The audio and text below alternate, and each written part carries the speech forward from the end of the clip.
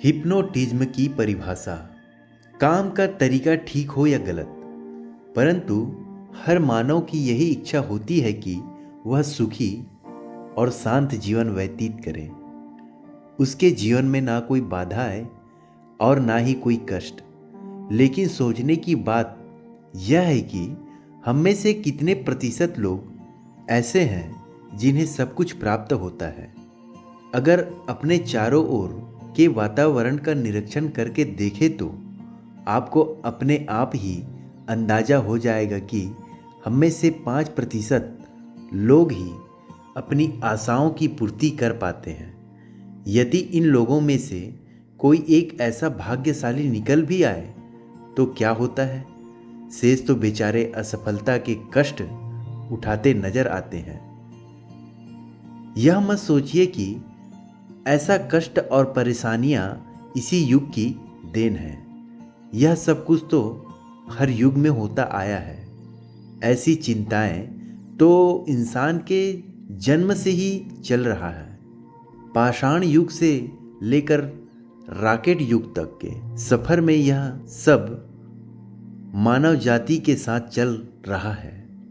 हर सफलताओं, चिंताओं एवं दुखों की एक लंबी कहानी जरूर है, किंतु निराशाजनक नहीं है। इसमें तो हमने बहुत कुछ सीखा है। हमारी उन्नति निरंतर असफलताओं का ही फल है। हमने असफलता से सफलता, दुखों से सुखों और रोगों से उपचार के द्वार खोले हैं।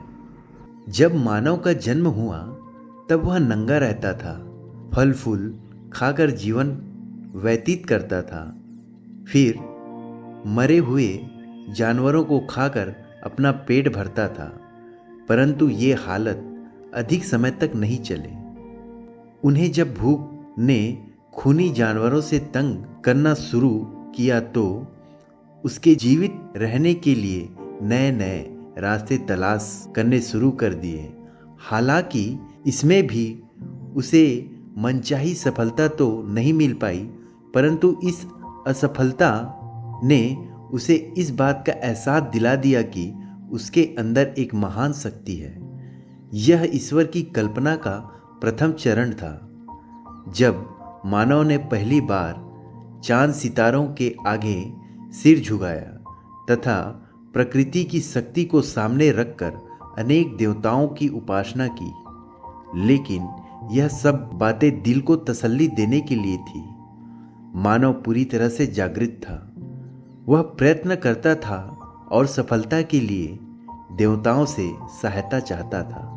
इंसानों के इस झुंड में कुछ लोग ऐसे भी थे जो इस संसार के बारे में, मानव जीवन और प्रकृति के बारे में कुछ जानने के लिए व्याकुल थे।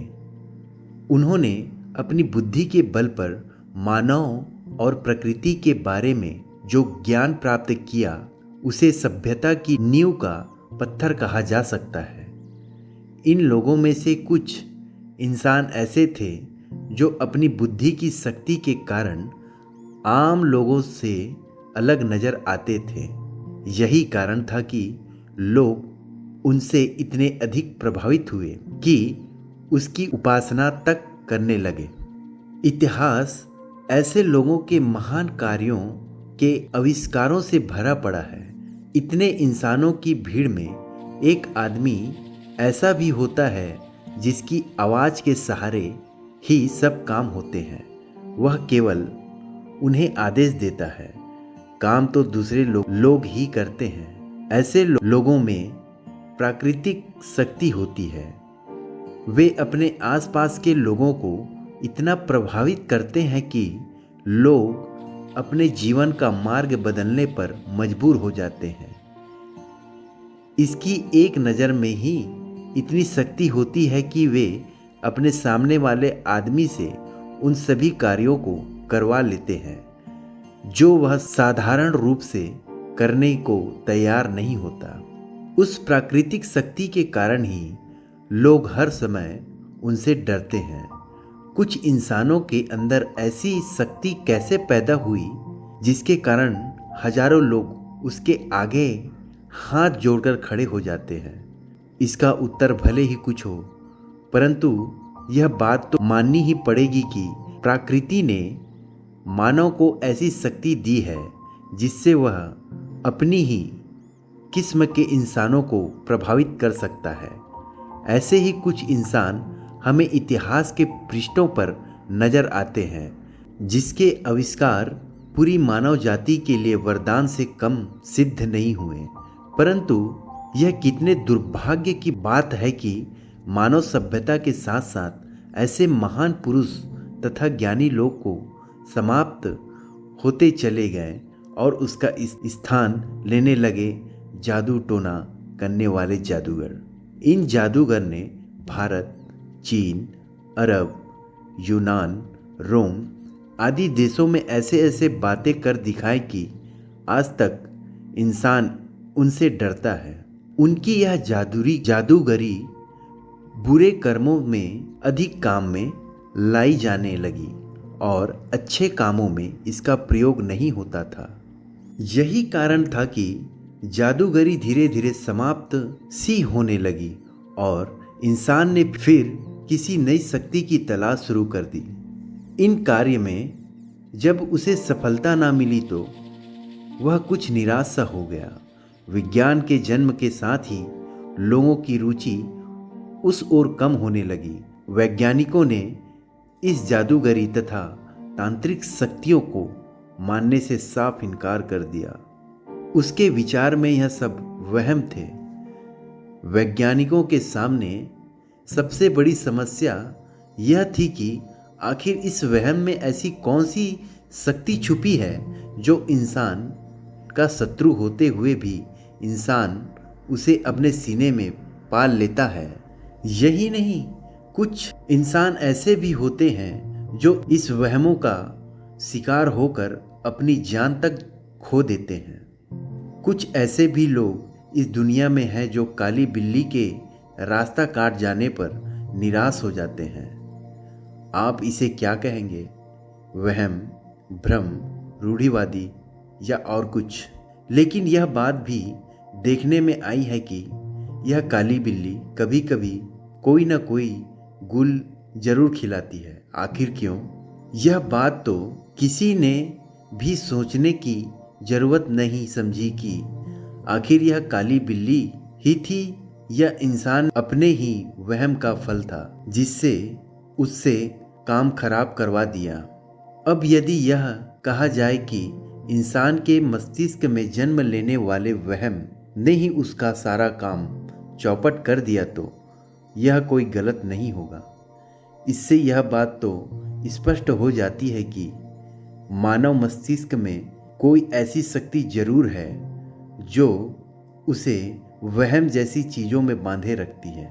उस समय के इंसान और आज के इंसान को देखकर हमें ऐसा लगता है कि अतीत का इंसान तो अंधा था।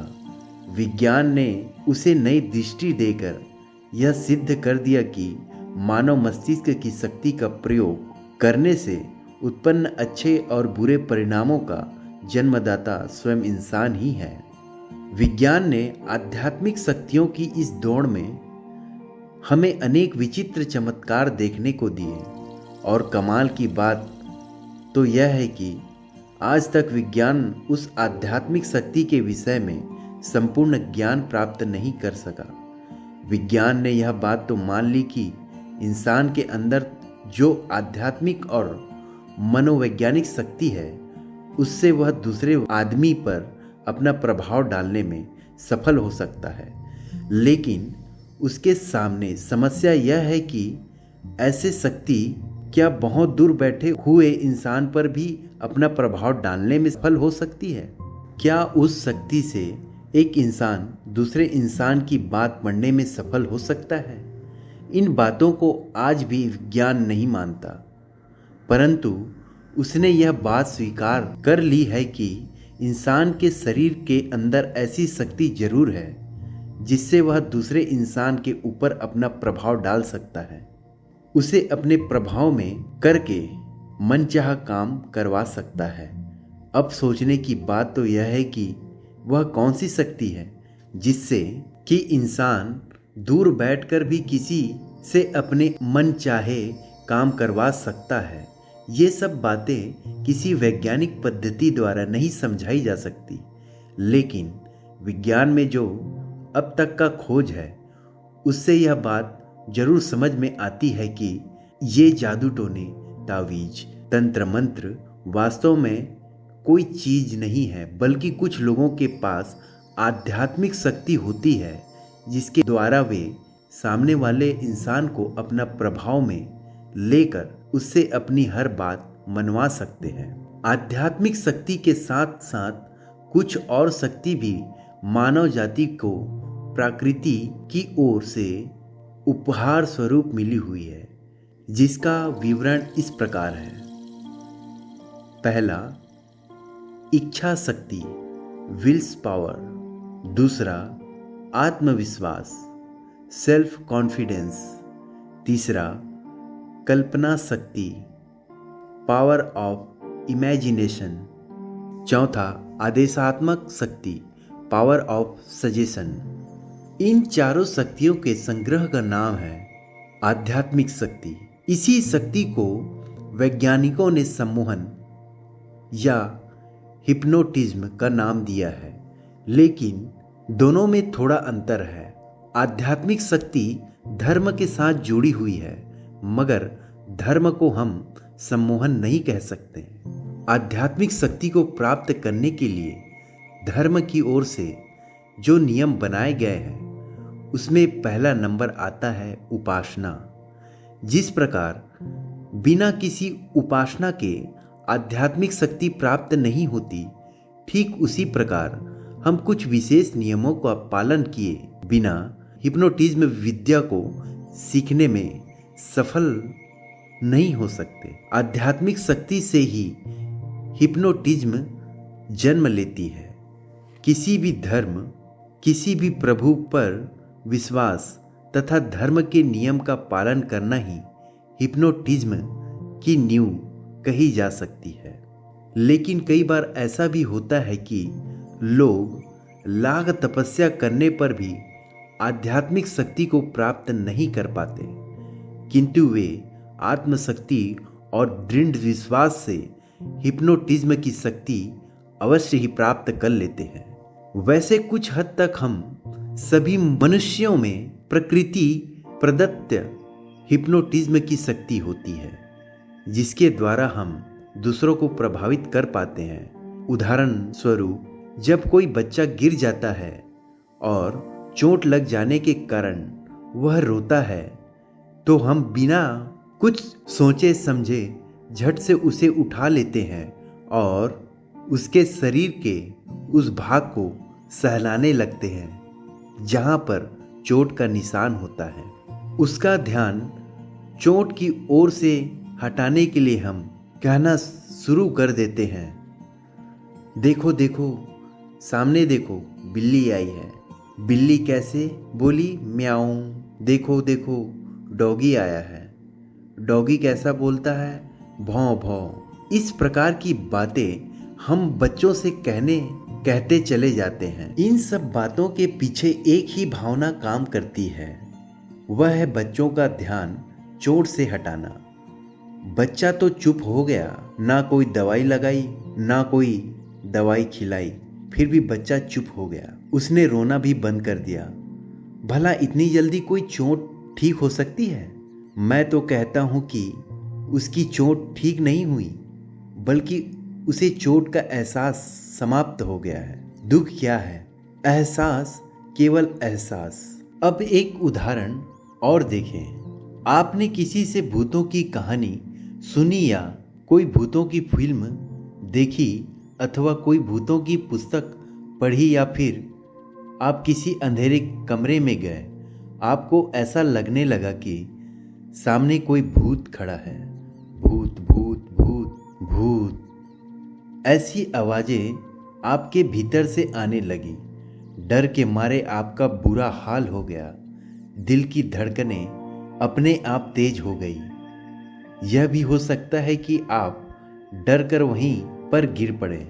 कई बार तो ऐसा होता है कि यदि किसी रस्सी पर काला कपड़ा टंगा हुआ हो तो कुछ बच्चे उसे भूत समझकर डर के मारे चीखें मारने लगते हैं।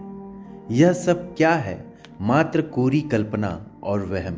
मैं एक ऐसे आदमी को जानता हूं जिसने अपने वहम की कहानी मुझे इस प्रकार सुनाई।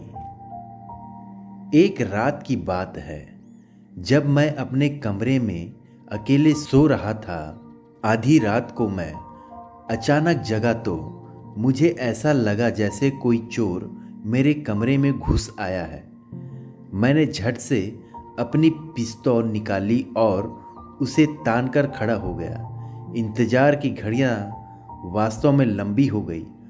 आने वाला नहीं आया।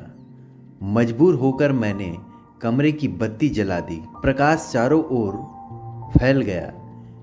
इस प्रकाश के साथ ही मैंने कमरे के चारों ओर देखा, वहां कुछ भी नहीं था। कमरा पूरी तरह से खाली था। मैंने एक एक करके सब कमरों की बत्ती जला डाली। हर कमरे को अच्छी तरह से देखा। सारे कमरे खाली थे। चोर नहीं मिला, ना ही मिलने की आशा थी। कैसे मिलता? कोई होता तो मिलता। फिर भी चोर का डर मेरे दिल और दिमाग पर बुरी तरह छा चुका था। इसी कारण सारी रात मुझे नींद नहीं आ सकी। सुबह उठकर भी अपने घर के चारों ओर देखा तो वहां सब कुछ ठीक ठाक था। तब मुझे पता चला कि मैंने जो कुछ भी देखा था वह एक वहम था, कल्पना थी। दरअसल उस कल्पना के कारण ही उसने अपने आप को सम्मोहित, हिप्नोटाइज कर लिया था। सबसे अधिक उदाहरण तो हमें प्रेम करने वालों में मिलते हैं, जो प्रेम भी करते हैं और नफरत भी। इनमें से बहुत से लोग तो अपने आप को ही भुला बैठते हैं, दीवाने हो जाते हैं। इनमें से कुछ लोग ऐसे भी हैं जो नफरत भी करने लगते हैं, और जब उसके सीने में नफरत की आग सुलगने लगती है तो वह बुझाए नहीं बुझती। ना ही उसे कोई निकाल सकता है, ना बुझा सकता है। जो लोग प्रेम में पागल हो जाते हैं वे अपना दिमागी संतुलन खो बैठते हैं। इसका दूसरा अर्थ यह भी है कि वे अपने आप को हिप्नोटाइज कर लेते हैं। कारण उन्होंने एक शक्ल देखी, उसे पसंद कर लिया और प्रेम हो गया। बस रात दिन उसी शक्ल को सामने देखना चाहते हैं। उसका हृदय हर समय यही कहता है कि वह सुंदर है, अति सुंदर। उसी को प्राप्त करना तुम्हारा लक्ष्य है। यदि वह तुम्हें ना मिले तो तुम बिल्कुल ही बेकार इंसान हो जाओगे। यही तुम्हारा जीवन है, वही तुम्हारी खुशी है, वही तुम्हारी दुनिया है, वही तुम्हारे जीवन का अमर गीत है।